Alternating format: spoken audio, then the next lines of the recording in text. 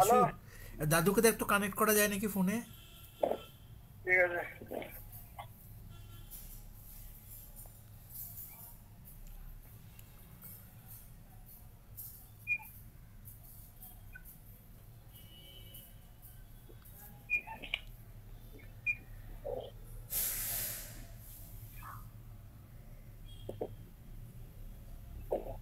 The person you are speaking with has put your call on hold.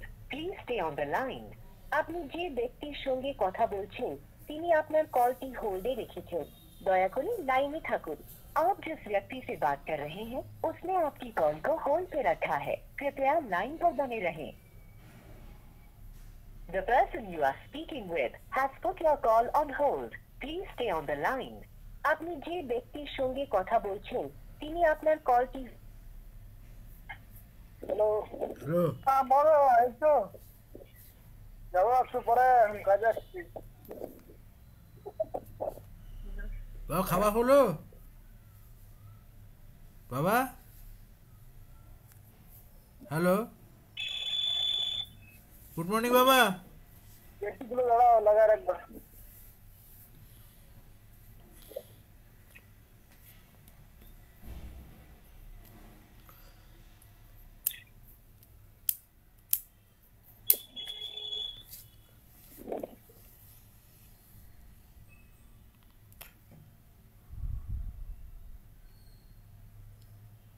Hello, বলো, hello, বলো, good morning বাবা। Good morning. আমি phone করলাম দুবার তিনবার, তুমি রিং শুনতে পারো নি? আমি তো এই কাজে ও ঠিক আছে, তাহলে আমি তোমাকে পরে একটু পরে ফোন করছি, একটু 5 মিনিট 2 মিনিটের মধ্যে ফোন করছি। ঠিক আছে।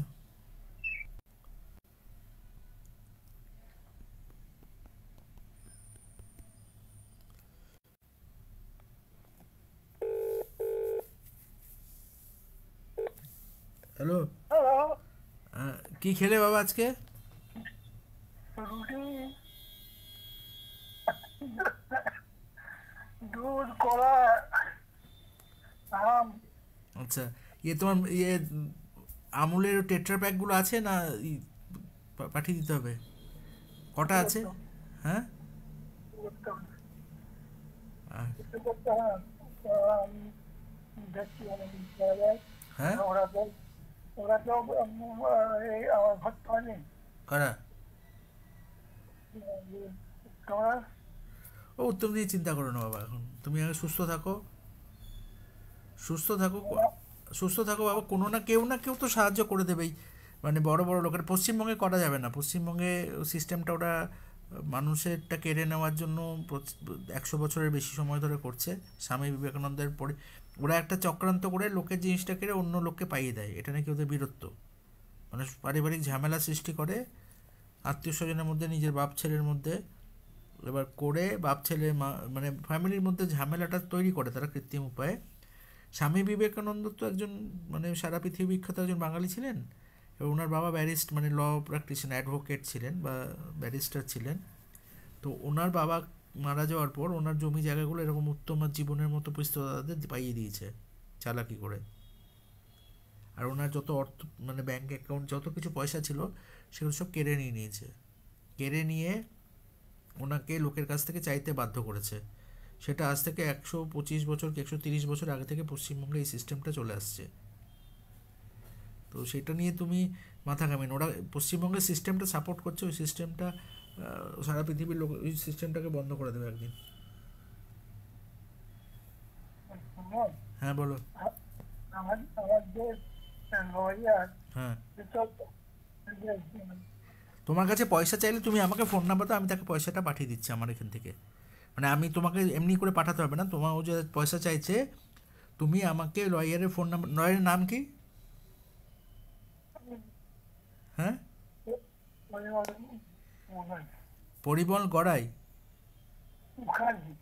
পরিমল মুখার্জি। ও তৃণমূলের যে ইয়ে হবে, জাজ হবে, এই হবে বলেছে তো, সে পাঠিয়েছিল হোয়াটসঅ্যাপে। উনি অ্যাকচুয়ালি এরকম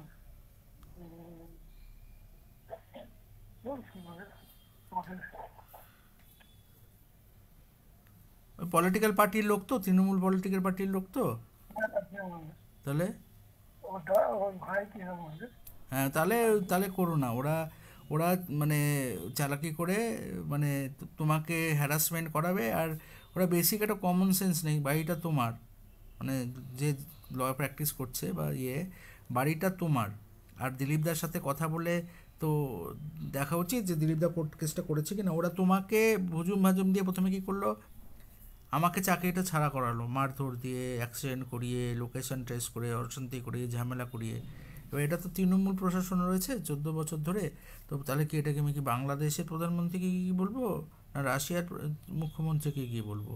পশ্চিমবঙ্গের প্রশাসন যদি একজন ইঞ্জিনিয়ারকে চাকরি করতে না দেয়, রেলের ইঞ্জিন বানাতে বাধা সৃষ্টি করে, সেটা তো দায় পশ্চিমবঙ্গের প্রশাসনে। আর যিনি মুখ্যমন্ত্রী তিনি তো পলিটিক্যাল পার্টিটা আর প্রশাসন নিজের দায়িত্বে নিয়েছেন যে তিনি পশ্চিমবঙ্গের মানুষকে ফ্যাসিলিটি মানে ইনফ্রাস্ট্রাকচার প্রোভাইড করবেন চাকরি করার জন্য, বিজনেস করার জন্য, পড়াশোনা করার জন্য।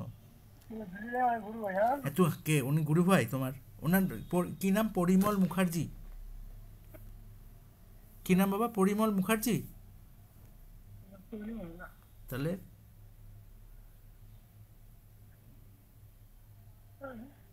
আমার বলেছিলাম তো। ফোন নাম্বার মনে আছে তোমার? তাহলে বিশ্বজিৎ আসবে যখন তখন আমাকে ফোন নাম্বারটা দিও, আমি এখান থেকে কথা বলবো। ওই ফোন নাম্বার দিতে আইসা, হ্যাঁ, ফোন নাম্বার দিয়ে আইসা তো তুমি কিসের কি করে কথা বলো? মনে বলি হ্যাঁ মনে বলি যেমন যায়। হ্যাঁ, তো তোমাকে ফোন নাম্বার দিয়েছে তো? হ্যাঁ, তা তোমার ফোন নাম্বার দিয়ে তুমি আমাকে দিয়ে দাও। তুমি আমার বাবা হও, তোমাকে তোমাকে উনি ল প্র্যাকটিস মানে ল ফেসিলিটি। এবার তুমি বয়স হয়ে গেছে, তুমি ঠিক মতো শুনতে পাচ্ছ না, কথা বলতে পারছো না। তা আমি ওনার সাথে একবার কথা বলে দেখি যে উনি কী আছে এখানে। উনি যদি কোনো আইনটা তো সারা ভারতবর্ষে এক, সারা ভারতবর্ষে ডিফারেন্ট রাজ্যে ডিফারেন্ট আইন না। তো এখানে তো পুনেতে তো কয়েকশো লয়ার আছে, অ্যাডভোকেট আছে। তো উনি তো মনে হয় হিন্দি ভাষা আর ইংরেজি ভাষা বোঝেন, বাংলা ভাষায় তো ল বুক পড়েনি। তো পুনেতে যারা আছেন উনি যা কথাবার্তা বলবেন, আমি এখানে ওনার সাথে লয়ার দিয়ে কথাবার্তা বলবো। লয়ারকে বলবো যে উনি যে তুমি তো আর আইন পড়োনি। ওয়ান মিনিট বাবা, 1 মিনিট। তুমি তো আর আইন পড়োনি, তুমি এলএলবি পাস করোনি, আর ভারতের আইনের সবকটা ধারা তুমি মুখস্থ করনি। এবার তোমাকে ওরা মুখে যা বলে দিচ্ছে সেইটাকে তোমাকে মেনে নিতে হচ্ছে। এবার এখানে তো অনেকজন লয়ার আছে পুনেতে, মহারাষ্ট্রে অনেক লয়ার আছে। তো তোমাকে যে না না, তুমি ওদের মুখের কথা না, তুমি ল পড়োনি, তুমিও ল পড়োনি, আমিও ল পড়িনি। এবার তুমিও ল পড়োনি, আমিও ল পড়িনি। এবার পুনেতে যারা হুম আমার শোনালাম তুমি থেকে তুমি থেকে সিভিল থেকে ড্রাফটিং করেছি, তার জন্য সাধারণ আমি করেছিল যে এবারে ভর টসল ধরতে হবে, এটাই রাস। এটা রাস হওয়ার সময় উনি টাকা দিয়েছেন। এটা তুমি তুমি যেটা, হ্যাঁ সেটা আমি শুনলাম। তুমি ওনাকে দিয়ে বলো তোমার বাড়িটা বিনা পয়সায় দখল করে আছে, তোমার পারমিশন ছাড়া ইলেকট্রিসিটি নিয়েছে। তোমার বাড়িতে আমি তোমার ছেলে হই, আমি দোতলায় ইলেকট্রিসিটি বসানোর জন্য আমি রাজ্য সরকারকে তোমার সাইন করা পারমিশন, যে তুমি পারমিশন দিয়েছো আমাকে ইলেকট্রিক মিটার বসানোর জন্য, সেই জন্য আমি বসেছি। এবার তোমার পৈতৃক বাড়িতে যদি উত্তম ঘোষ আর জীবন ঘোষ তোমার পারমিশন ছাড়া ইলেকট্রিক মিটার নেয়, তাহলে প্রথম কথা ওটা আইন ভঙ্গ করছে। তোমার কাছ থেকে কোনো লিখিত এগ্রিমেন্ট নেই ওদেরকে থাকতে দেওয়ার। আর আমার দাদু গৌরচন্দ্র ঘোষেরও ওদেরকে কোনো লিখিত এগ্রিমেন্ট দেয়নি যে আমাদের বাড়িতে থাকার জন্য। ঠিক আছে, এই দুটো হচ্ছে প্রথম আইনের ওদের ফল্ট। ওরা গুন্ডা দিয়ে 50 জনকে দিয়ে মারধর করিয়ে যদি আমাদের বাড়ি দখল করে থাকে, দ্যাট ইজ এ ক্রাইম। এবার যারা ক্রাইম করছে, তারা কোর্ট কেস করে কী করে, সেটা তো তোমার লয়ার প্রথম দিনই জিজ্ঞেস করবে। আমি তোমার লয়ারকে দিয়ে জিজ্ঞেস করাবো। পশ্চিমবঙ্গে মানে ক্রাইম করে, সন্ত্রাসবাদগিরি করে কারোর পৈতৃক বাড়ি কেড়ে নেওয়া, পশ্চিমবঙ্গে ওরকম উল্টাপাল্টা অনেক বোঝাবে। তো ওখানে অনেক কিছু উল্টোপাল্টা বোঝাবে। প্রথম কথা হচ্ছে এখানকার লয়ার জিজ্ঞেস করবে যে তোমার বাবার বাড়ি মানে গৌরচন্দ্র ঘোষের বাড়ি, আমার ঠাকুরদা মানে আমার পিতামহের বাড়ি, জীবন ঘোষ, উত্তম ঘোষ আর ওদের পরিবার যে থেকেছে, তার জন্য কোনো কি লিখিত এগ্রিমেন্ট আছে? সবাই সাক্ষী দিয়েছে, আমাদের পরিবারের সবজন। আমি গৌরচন্দ্র ঘোষের ছেলে, তুমি সমীরণ ঘোষ, আমার জেঠু শ্রীকান্ত ঘোষ কি কখনো সাইন করে দিয়েছে যে আমরা ওনাকে থাকতে দিলাম গৌরচন্দ্র ঘোষে দেয়নি। প্রথম কথা শোনো, তুমি শোনো, ওদের কোনো কথা শোনা হবে না, ওরা পুরোটাই অন্যায় করছে, পয়সা দিচ্ছে না আমাদের বাড়ি, তোমাকে হোমিওপ্যাথি ওষুধ করার জন্য জায়গা দিয়েছি, তোমাকে ওর কাছ থেকে পারমিশন নিতে হবে না। তোমার বাড়ি, তুমি যে সপ্তমী দোকানের সামনে যে জায়গাটা, সেটাতে ওরা ইচ্ছাকৃত গরু বেঁধে রাখবে, খড় রাখবে, এখান দিয়ে ঢুকতে দেবো না, এই জায়গাটা আমার, ওরা নিজের ভাগ করে নিচ্ছে লোক দিয়ে মারধর করে। 50টা লোক পশ্চিম নবসংগ্রাম থেকে 50টা লোক পশ্চিমবঙ্গের বিভিন্ন জায়গা থেকে এনে আমাদেরকে মারধর করে ওরা বাড়ির সামনেটা দখল করছে, সেটা ক্রাইম। তো কাকরতলা থানা আর মমতা ব্যানার্জি যদি কোনটা ক্রাইম আর কোনটা ক্রাইম না এটা বুঝতে না পারে, কাউকে বংশ নির্বংশ করে তার পরিবারের মেয়েকে মাকে এদেরকে মেরে দেয়, সেটা যদি মমতা ব্যানার্জি আর তার প্রশাসন বুঝতে না পারে, না এক সেকেন্ড, তোমার এগুলো করেছে তো, তোমার সাথে তোমাকে ঢুকতে দিয়েছে কি তোমার বাড়িতে? তোমার জমিতে তোমাকে হোমিওপ্যাথি ওষুধের, তুমি তো হোমিওপ্যাথি ডাক্তারই পড়েছো, তোমাকে চেম্বার অফিসের হোমিওপ্যাথির ওষুধের অফিস করতে দিয়েছে কি তোমাকে মারধর করার সাহস পেল কী করে? তোমাকে মারধর করা, আমাকে মারধর করা, এগুলো সাহস পেল কী করে? পশ্চিমবঙ্গ প্রশাসন এটি দিয়েছে ওদেরকে, লোকেরটা মানে জবরদস্তি। তুমি ওই উকিলের সাথে তুমি কথা বলো তো, উকিলের ফোন নাম্বারটা বিশ্বজিৎ আসলে আমাকে দিয়ে দিও, আমি কথা বলবো না, এখানকার লয়ার কথা বলবে, আমি কথা বললে বলবো উনি বাজে ব্যবহার করেছেন, উনি এই করেছেন, উনি সেই করেছেন, আমার নামে মিথ্যে অভিযোগ দেবে। এখানকার মহারাষ্ট্রের লোকজন, মহারাষ্ট্রের যারা লয়ার তারা কথা বলবেন। মহারাষ্ট্রের লয়াররা তো আইন জানে, তুমিও আইন জানো না, আমিও আইন জানি না। আর পশ্চিমবঙ্গে আইন বিরোধী সব কিছু কাজকর্ম করছে, গণতন্ত্রের শুধু 3বার ভোটিং মেশিনে ভোট টিপে তারপরে পুরোটাই ওরা আইন বিরুদ্ধ কাজকর্ম করে।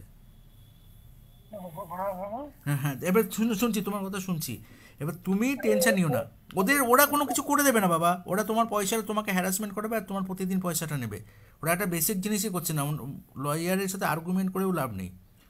ওরা একটা মানুষের মানবিকতা বলে কিছু নেই, না কাকরতলা পুলিশ স্টেশনে আছে, না মমতা ব্যানার্জির আছে, না মমতা ব্যানার্জির প্রশাসনের আছে, না মানে পশ্চিমবঙ্গের লয়ার যারা ওদের সাপোর্টে ল প্র্যাকটিস করে তাদের আছে। তারা মানবিকতা, হিউম্যানিটেরিয়ান গ্রাউন্ড, বেসিক মানে ডেমোক্রেটিক বার্থ রাইট, এগুলো তাদের কাছে তাদের ডিকশনারিতে নেই। না মমতা ব্যানার্জির ডিকশনারিতে আছে, না মমতা ব্যানার্জির প্রশাসনের ডিকশনারিতে আছে, না কাকরতলা পুলিশের ডিকশনারিতে আছে। তারা কি করে অন্য জিনিসটা লুটে নিতে হয়, অন্য জিনিসকে এসে মমতা ব্যানার্জি দেখিয়েছে টাটা ন্যানোকে মারধর করে উঠিয়ে দিতে। মমতা ব্যানার্জি যেটা শিখিয়েছে সেটাই মমতা ব্যানার্জি প্রশাসনের লোকজন করছে, যে আমাদের মারধর করে আমাদের ঘর থেকে উঠিয়ে দেওয়ার জন্য। মমতা ব্যানার্জি সারা পশ্চিমবাংলাকে শিখিয়েছে তো, যে আন্দোলন করে মারধর করে টাটার ইঞ্জিনিয়ারদের মারধর করে কোম্পানি বন্ধ করে দিতে। সে আমাকেও মারধর করিয়েছে কীভাবে, যে চাকরি ছাড়িয়ে দেবো। এবার পশ্চিমবঙ্গে যারা মারধর করাকারীদের সাহায্য করে, পশ্চিমবঙ্গে যে মানুষ ওনাকে ভোট দিয়ে জেতায়, তারা তো বলে যে আমাদের পাইয়ে দেবে, মারধর করে জীবনরা দেবে ওনাকে ভোট, মারধর করে উত্তমরা জীবনরা পাইয়ে দিচ্ছে তোমার বাড়ি। আরও অনেককে মারধর করে তাদের ঘর, টাটা ন্যানোর ফ্যাক্টরিটা মারধর করে কেড়ে নিল, ফ্যাক্টরি জমি দিল না। যখন জমি ডিসকাশন মানে যে কোনো শুধু একই করেছে, হিন্দুস্তান মোটরকে মারধর করে ফ্যাক্টরি বন্ধ করে দিয়েছে, ডানলপকেও মারধর করে ফ্যাক্টরি বন্ধ করে দিয়েছে, টিটাগড় পেপার মিলও এরও মারধর করে উঠিয়ে দিয়েছে, যেসব উঠিয়ে দিয়েছে, ক্যানিসন জুট মিল উঠিয়ে দিয়েছে, হিন্দুস্তান ন্যাশনাল গ্লাস উঠিয়ে দিয়েছে, হিন্দুস্তান কেবলস উঠিয়ে দিয়েছে, ডাবর কোম্পানি উঠিয়ে দিয়েছে, তারপরে ভিপজিওর কোম্পানিকে ভয় দেখিয়ে মারধর করে তোলাবাজি করে উঠিয়ে দিয়েছে, তারপর জেনিথ কম্পিউটার উঠিয়ে দিয়েছে, হলদিয়া পেট্রোকেমিক্যাল উঠিয়ে দিয়েছে, বড় বড় বিজনেসম্যানদের মারধর করে উঠিয়ে দিচ্ছে। তুমি আমি ছোটো মানুষ, এটা উনি শিখিয়েছেন, মমতা ব্যানার্জি শিখিয়েছেন, জ্যোতি বসু শিখিয়েছেন। এরা সরকারি মানে কেন্দ্র সরকারকে মারধর করে তার ট্রাম বন্ধ করে দেওয়া, বাস ভাঙচুর করে দেওয়া, বাসে আগুন লাগানো, এগুলো শিখিয়েছে জ্যোতি বসু শিখিয়েছে, মমতা ব্যানার্জি শিখিয়েছে এগুলো করা, এগুলো শিখিয়েছে। তুমি ওই নিয়ে চিন্তা করো না, ওরা don't expect law and order and judicial system বা যেটা বেসিক ডেমোক্রেটিক বার্থ রাইট যেটা আছে, সেটা পশ্চিমবঙ্গে যতদিন এই সরকার থাকছে, এই দুটো সরকার, জ্যোতি বসু সরকার আর মমতা ব্যানার্জি সরকার, ততদিন কেউ কোনো দিন আশাই করতে পারবে না। They cannot expect. They can expect democracy in Taliban rule, but they cannot expect democracy in Mamata Banerjee's rule and Jyoti Bosu's rule. ওদের ভরসা থাকলে তাও কিছুটা আশা করা যেত, but both of them are showing the same thing to common people, to destroy industry, destroy common people who are honest, and they are, তোমার বাড়িটা তুমি দেখো, ওই বাংলাদেশ থেকে যদি 50,000 লোক এনে বলে যে এই বিজনেসম্যানকে মারধর করে উঠিয়ে দাও, তোমাদের আমি ভোটার কার্ড, আধার কার্ড, ঘর বাড়ি সব বানিয়ে দেবো, তো তারা তারা স্বর্গরাজ্য পাচ্ছে বাংলাদেশ থেকে যারা আসছে ক্রাইম করার জন্য। বাংলাদেশে ঢোকাচ্ছে ক্রাইম করার জন্য লোক, তারা মারধর করছে, ভাঙচুর করছে, বাংলাদেশে চলে যাচ্ছে। তুমি ওই নিয়ে চিন্তাই করো না, you don't expect anything.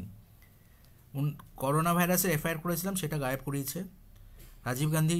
Honourable prime minister Shri Rajiv গান্ধীকে বাঁচানোর জন্য এফআইআর করেছিলাম, সেটা ওনার পুলিশ দিয়ে, ওনার গুন্ডাদের দিয়ে গায়েব করিয়েছেন।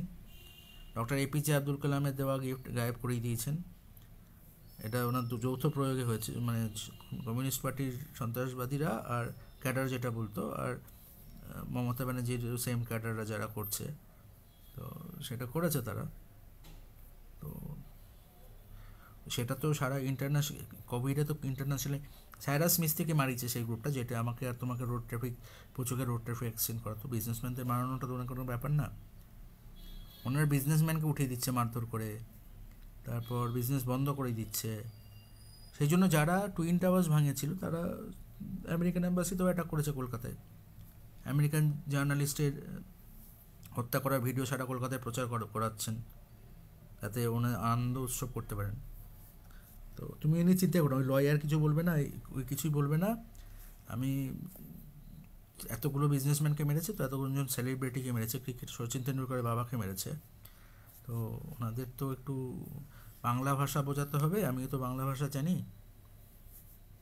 তো সৌরভ গাঙ্গুলিকে টিম থেকে বাদ দিয়ে করবলোর জিত বলে করে নৃত্য প্রদর্শনী করবেন 493 রান করার পর, আর আমি জয়েন্ট এন্ট্রান্স 98 রান করার পর আমাকে ভর্তি হতে দিল না। তুমি সামনে ছিলে, ভর্তি হতে দেবো না, যা খুশি করুন কি যান। এটা হচ্ছে গণতন্ত্র প্রতিষ্ঠা করেছেন মমতা ব্যানার্জি, তাই না? আমাকে বলতো মেরে মা বোন এক করে দেবো। আমার মাকে মেরে পোস্টমর্টম করেছে, আমার বোনকে মেরে পোস্টমর্টম করাবে কলকাতায় বলে ভিডিও তুলে নিয়ে পুলিশকে দিলে। বলছে আপনি কি বলছেন, আমরা কিছুই বুঝতে পারছি না, আপনি ডাক্তার দেখিয়ে ওষুধ খান। মানে ওনারা সবাইকে খান বানাতে চায়, বুঝলে তো? ওষুধ খান, পান খান, সিগারেট খান, বিড়ি খান, চা খান, সব খান বানাতে চায়। তো সারা পৃথিবীর লোক আছে, তো সারা পৃথিবীর বিজনেসম্যানও আছে। তো সন্ত্রাসবাদ আর সন্ত্রাসবাদের সাপোর্টের মুখোশ পরা রাজনৈতিক দল আর সারা পৃথিবীর বিজনেসম্যান, সারা পৃথিবীর গণতন্ত্রে বিশ্বাসী মানুষ তো আছে। তো হ্যাঁ, আমাদের পরিবারের লোকজনকে মারছে, নির্যাতন করছে, হত্যা করছে করে, তারা আইন চাইছে। তোমার বাবার মানে গৌরচন্দ্র ঘোষের বাড়িটা দখল করে রেখে তোমাকে ঢুকতে দেবে না, মোটরসাইকেলও ঢোকাবে না, প্রতিদিন ইট মারছে। তখন পুলিশ চোখে দেখতে পায় না, মমতা ব্যানার্জি প্রশাসন কানে শুনতে পায় না ওই সময়। জয়ন্ত লালা যিনি চিফ জাস্টিস ছিলেন, তাকে মেরে তারা বলতো আমি তো সাধারণ মানুষ।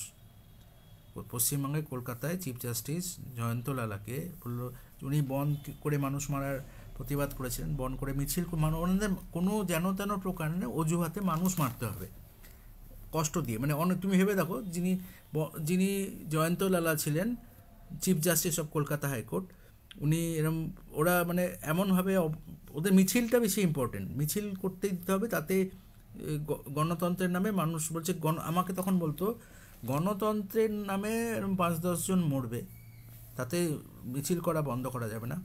মানে মানুষ তর্পে হসপিটালে যেতে না পড়ে রাস্তায় মারা যাচ্ছে, কোনো প্রেগনেন্ট মহিলা ডেলিভারি দিতে পারছেন না, তাকে রাস্তায় প্রসব করাতে হচ্ছে, কিন্তু সিপিএম পার্টির মিছিল করতে দিতে হবে, সেটা নাকি গণতন্ত্র অধিকার। তাকে 34 বছর রেখে দিয়েছে মানুষ হত্যা করার জন্য। আর যিনি তাকে গুরু হিসেবে মেনেছেন শ্রীমতী মমতা ব্যানার্জি, মাননীয় মুখ্যমন্ত্রী মহাশয়া, উনি তাদেরই পথ ধরে রয়েছেন। মানে ওনার গুরু জ্যোতি বসু, ওনার গুরু ছিলেন। জ্যোতি বসু দেখিয়েছেন কী করে মানুষকে মিছিল করে মানুষকে রাস্তায়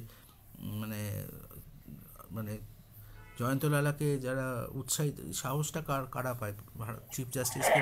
চিফ জাস্টিসকে নিউজ পেপারে হেডলাইন দিয়ে, টিভিতে হেডলাইন দিয়ে জয়ন্ত লালা বাংলা ছেড়ে পালা, এই ডায়লগটা দেওয়ার সাহস পশ্চিমবঙ্গের মুখ্যমন্ত্রী জুগিয়েছিলেন বলেই না দিতে পেরেছেন। উনি আইন কী করে, ডেমোক্রেসি কী করে জানবেন? উনি ডেমোক্রেসি বোঝেন? উনি মাসের পাওয়ার দিয়ে জানেন যে ভোট মেশিন হাইজ্যাকিং করে, গুন্ডাগার্দি করে, বোমাবাজি করে ওরা ভোটে থাকবেই। একবার ভোটে বসে গেলেই 34 বছর থাকবে, এখানেও 34 বছর, 50 বছর, 60 বছর, যতদিন ইচ্ছা থাকবেন। তো পৃথিবীর বৃহত্তম গণতন্ত্রে যদি মুখ্যমন্ত্রীরা জয়ন্ত লালাকে বাংলা ছেড়ে পালার ডায়লগ দিতে সাহায্য করে উগ্রবাদীদের, আর বিনোদ মেহদাকে যদি পিটিয়ে পিটিয়ে মেরে তাদেরকে আইডেন্টিফাই না করে ডেপুটি কমিশনার অফ পুলিশ, এবং ওনাকে যারা মাথায় রডের বাড়ি দিয়েছিল তাদেরকে আইডেন্টিফাই করে তাদের এফআইআর নাম্বার আর তারা কী ইনভেস্টিগেশন হচ্ছে জনসমক্ষে দেখানো উচিত। তো নোবেল প্রাইজ চুরি করতে সাহায্য করে, কেউ ইনভেস্টিগেশন করেই পায় না, নোবেল প্রাইজকে চুরি করে নিয়ে গেল। তো এরকম করোনা ভাইরাসে কারা মরলো, কী করলো, রোডটা অনেক কিছু করে, তুমি যদি মাথায় ঘামিও না, তোমার বয়স হয়েছে তো তোমাকে ইচ্ছাকৃত করছে। আমি রাহুল গান্ধীজিকে বলেছি, আমি তো রাহুল গান্ধীজির বাবার প্রাণ বাঁচাবার চেষ্টা করেছিলাম, তো রাহুল গান্ধীজি আছেন, তারপরে প্রণব মুখার্জিকে এসে আমাকে বলেছিল এরা এই করছে। তো রাহুল গান্ধীজি আছেন, সোনিয়া গান্ধীজি আছেন, মেনকা গান্ধীজি আছেন, প্রিয়াঙ্কা গান্ধীজি আছেন, বরুণ গান্ধীজি আছেন, নরেন্দ্র মোদীজি আছেন, আরও অনেকেই আছেন। তো তারা তো মানে ভারতের আইএএস অফিসাররাও আছেন। আমি আইএএস অফিসারদের জিজ্ঞেস করবো যে কোনো রাজ্যে যদি মুখ্যমন্ত্রী শিল্প নষ্ট করে, ঠিক আছে, মানে তাদের একটা অজুহাত দরকার, মানুষ খুন করার অজুহাত, শিল্প বন্ধ করার অজুহাত, পড়াশোনা এডুকেশন সিস্টেম ডিস্ট্রয় করে দেওয়ার অজুহাত, বাংলা তুলে দিল, ইংলিশ তুলে দিল। তো মমতা ব্যানার্জি আর জ্যোতি বসু কি বাংলায় ছাপিয়েছে ইঞ্জিনিয়ারিংয়ের বুক, লয়ের বুক কি বাংলায় ছাপিয়েছে, ডাক্তারি বুক কি বাংলায় ছাপিয়েছে? তুলে দেওয়ার সময় তুলে দিল, খুব ভালো কথা তুলে দিলেন। বাংলায় বই ছাপিয়ে অ্যাভেলেবেল করেছেন কি?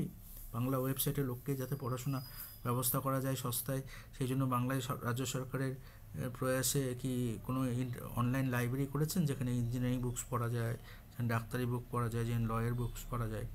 ওনাদের নিজেদের ক্ষমতায় থাকতে হবে, নিজের মাইক নিয়ে ভাষণ দিয়ে বকবক করতে হবে, সারাক্ষণ নিজেরা বকবক করে যাবে আর আমাকে চুপ করে থাকতে হবে, ঠিক আছে? আর নিজের ইচ্ছা মতো বেদের মেয়ে জ্যোৎস্না আমার কথা দিয়েছে স্টেশনের নাম রাখবে, মহানায়ক উত্তম কুমার স্টেশনের নাম রাখবে, আর আমাকে পাগল বানিয়ে পিটিয়ে মেরে দেবে। জয়েন্টে আইএম থেকে পড়ার সার্টিফিকেট গায়েব করে দেবে, হার্ভার্ড থেকে বিজনেস স্কুল থেকে অনলাইনে পড়া ক্রেডেনশিয়াল গায়েব করে দেবে। তো ওনাদের এগেনস্টে ওনারা অমানবিক অত্যাচার করছে, আমি ইন্টারন্যাশনালে লিখেছি। তো সারা পৃথিবীকে তো উনি আর গুন্ডা মানে টেরোরিজমের ভয় দেখাতে পারবেন না, না জ্যোতি বসু পারবেন, না মমতা ব্যানার্জি পারবেন। মাসেল পাওয়ারের ভয় সারা পৃথিবীকে দেখাতে পারবে না, বুঝলে তো বাবা? তুমি নিশ্চিন্ত থাকো, ভগবান আছে। আমাকে মেরেছে তো অনেকবার, চিতায় জ্বালিয়ে দিয়েছে, ভগবান বাঁচিয়ে দিয়েছে। তো আমি তো মানব জাতির জন্য করছি। এবং ওনারা যদি চিফ জাস্টিসকে মেরে তাড়াবো বলে, তো আমি কি করে ওখানে চাকরি করব? তার সঙ্গ দিচ্ছে টাটা কনসালটেন্সি সার্ভিসে কিছু অফিস কলিগ সঙ্গ দেয় ওনাদের সাথে, কারণ ওনাদের ব্যবসা পাইয়ে দেয়।